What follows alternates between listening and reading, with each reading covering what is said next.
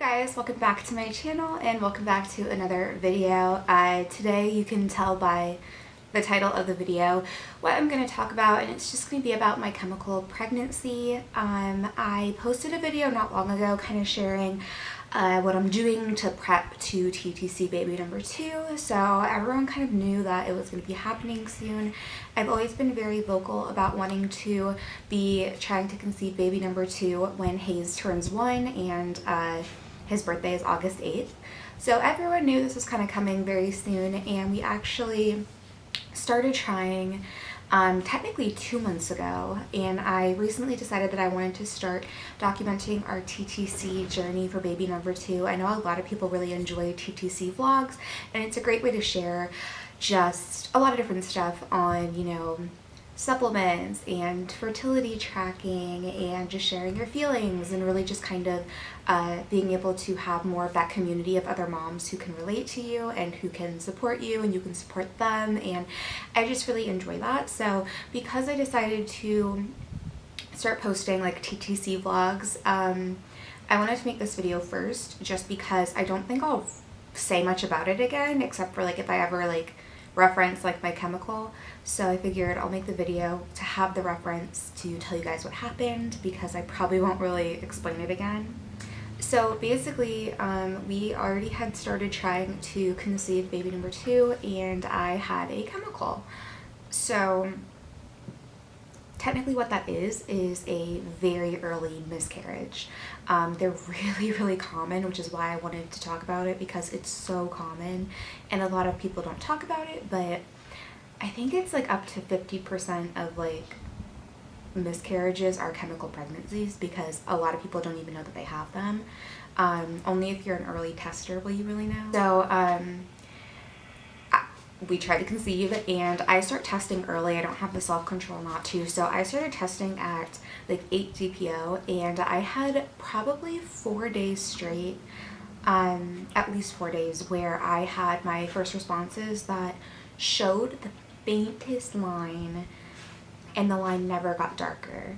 And obviously it needs to. If you have 4 days of an insanely faint line that never gets darker, then it, you know, usually is going to result in a chemical in any time that I've seen it. So I did use different tests for the record. I had different like batches, different like buying them and stuff. They weren't all from the same box or anything like that. It was multiple different tests from different stores, different batches, even a couple different brands. But yeah, so that's basically what happened. A chemical pregnancy is a miscarriage that happens, I think it's defined as before 6 weeks, because I think it's supposed to be before like the heartbeat technically starts.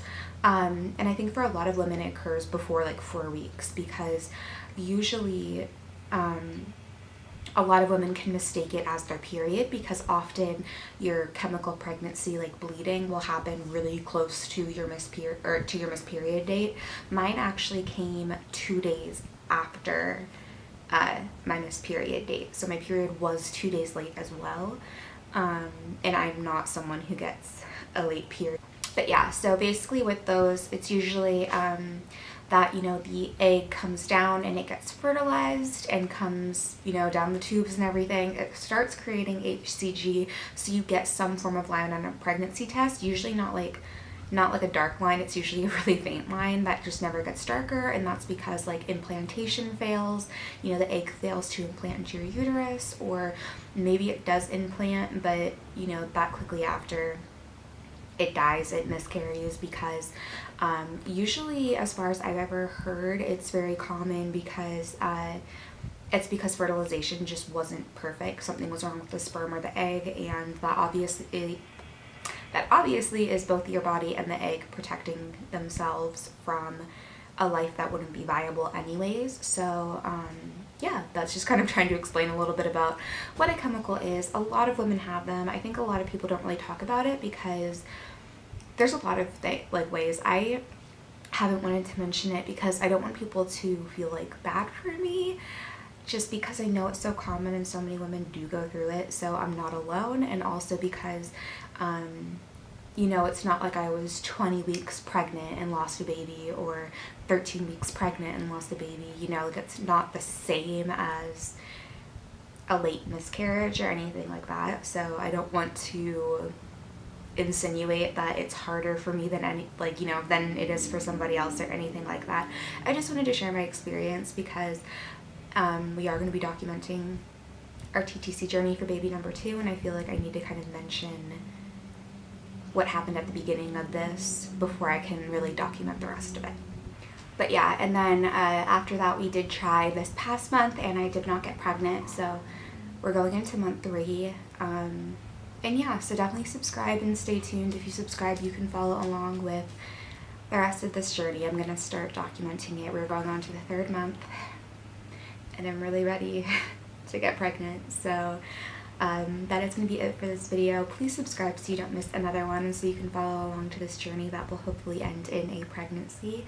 And yeah, I'll see you guys next time.